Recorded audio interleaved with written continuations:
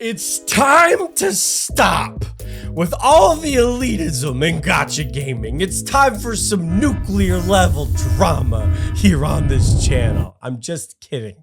If you haven't figured that out yet, this isn't real drama, but there's something we gotta talk about, okay? I think gacha games in general have a bit of an elitist problem. Now, what do I mean by that? I'm talking about the general criticism of when a player or a content creator chooses to play in a game that's not considered meta, usually ends up getting criticized by the competitive players in the community as, you know, spreading misinformation or having a bunch of skill issues or not being good at the game and that you shouldn't listen or watch or pay attention to that person, whoever it may be. I'm not just talking about content creators here, I'm just talking about players who are trying to engage in community. And it's something that comes up a lot in pretty much any kind of game within the genre. Of course, it has other games as well. I think it's just more susceptible to gacha games because of the artifact systems and team composition elements that usually come along with it. There's been a pretty interesting scenario that's been building on the Honkai Star Rail side of the community where there's been some inter-community conflict taking place between a couple of guide makers and another one that's just being caught in the crossfire,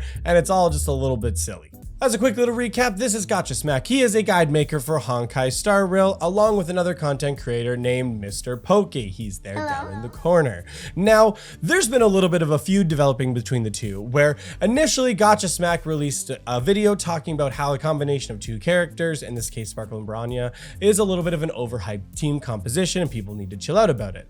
Mr. Pokey then responded with talking about how he's wrong, basically, and then also ended up releasing a video where he was showcasing his team composition of Sparkle and Branya and how busted it really is within the game. Now, kind of in that process, he unearthed how you need some pretty ridiculous artifacts and heavy investment on the account to actually maximize the potential, which then resulted in Gacha Smack then responding again, breaking it down about how he's still right and that he's just talking about how Mr. Pokey's content is unrealistic because it caters to a whale audience that is just not achievable for most players. Mr. Pokey then doubled down again on the drama and on the circumstance where he starts criticizing Gacha Smack's doubled down, and it's just this whole cycle of farming. Now look, I'm not ignorant to the idea that I know a lot of this is just farming between them and it's just kind of free content for them to go back and forth and argue on. However, I think some of the stances that each of them have been taking has been affecting parts of the community, and it's been bringing on a real discourse about what kind of guides and information you should pay attention to. And unfortunately, another content creator got caught in the crossfire. Now, Mr. Pokey did a review of another guide maker's account, Braxophone. And now here's the case. I think Braxophone arguably has the best guide content in all of Honkai Star Rail. If you happen to play Honkai Star Rail on the side, I cannot say enough good things about Braxophone's videos. But in this account review video, we saw that Braxophone's builds on all of his characters weren't necessarily the most optimal builds. He did not have the best artifacts on every single character.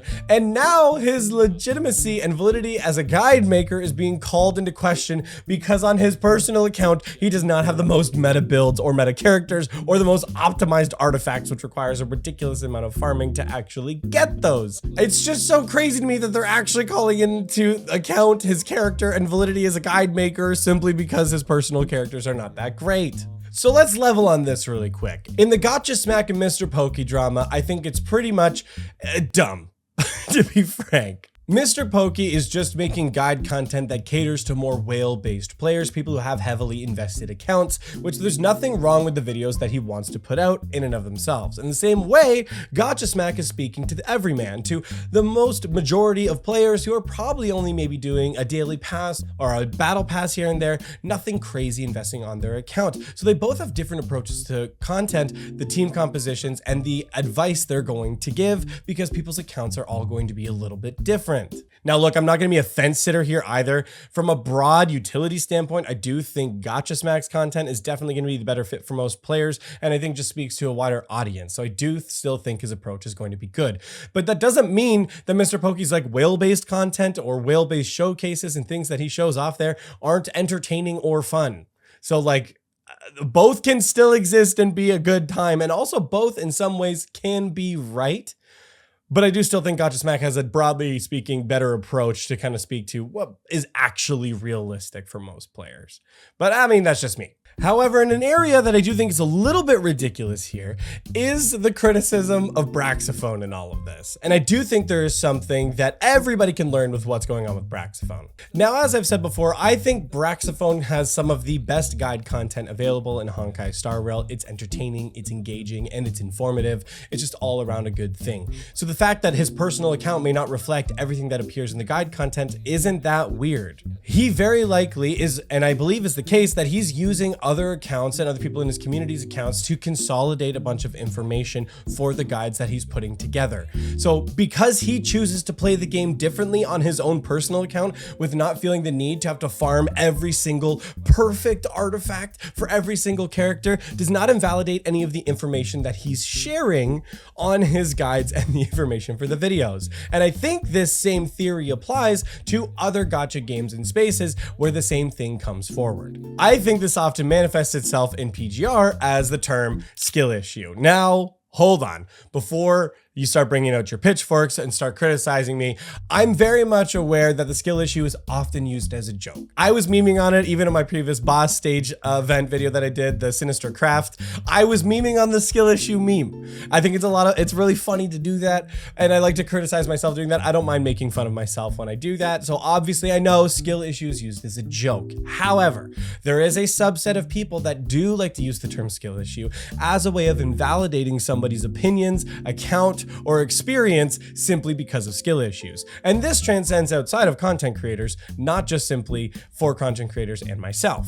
At the end of the day, when somebody is choosing to play one of these gacha games, whether it's Honkai Star Rail, PGR, or Wuthering Waves when it comes in hopefully the near future, hopefully, people can choose to play the game in whatever way that they want to. And if they have a frustration with the game or are having a hard time with the game because they're choosing to play the game a little bit differently, is not invalidated by the fact that they're not using a meta build or a meta team composition. Often I will do content on this channel about PGR meta team builds because I'm just trying to get the information out there to share that with the community and help people kind of, if they don't have a direction or characters that they want to build, give them a direction that they can go that's going to at least give them something usable by building some of those characters. However, I don't always use meta teams myself. I still use Vera Rosen on my dark team in Punishing Grey Raven. Even though now I recently got Selena Capriccio, I still use Vera Rosen because I just like Vera. Is she meta? No, but I still choose to do that anyway.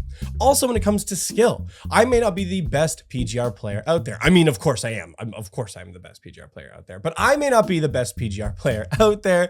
And although we like to meme on it, but if I'm making a guide or sharing information on the game, that doesn't mean that the information I'm sharing is inaccurate just because I may not be the best player of the game. In the same way that if somebody is giving feedback to somebody else in a community or in a conversation in a Discord, whatever it may be, because they choose to use the characters that they like in that case, they're not a trash player, they're not wasting their time or their resources if they just want to play the characters they want to play and just have fun with it. You don't need to have the most optimized kits or the most optimized builds to have fun playing a game, and that's okay if people want to play the game differently than you do, okay?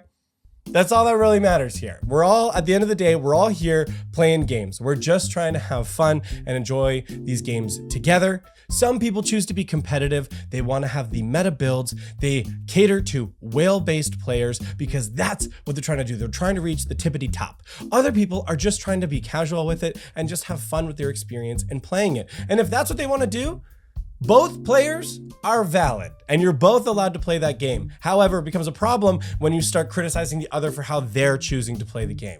We can all just play the game and have fun, guys. So let's elitists of all stripes, let's bring it all down here and let's just get back to having a lot of fun with the game. And also, because somebody chooses to play the game in a more casual way does not invalidate information that they may be talking about or sharing, okay? Okay. But let me know what you guys think in the comments down below. Do you disagree? Do you think this is a bad take? Fight me in the comments. I don't even care. It doesn't even matter to me at this point because I know I'm right. Okay? I know I'm right. But thank you so much for watching. Shout out to all the patrons who support the channel. We'll see you guys in the next one.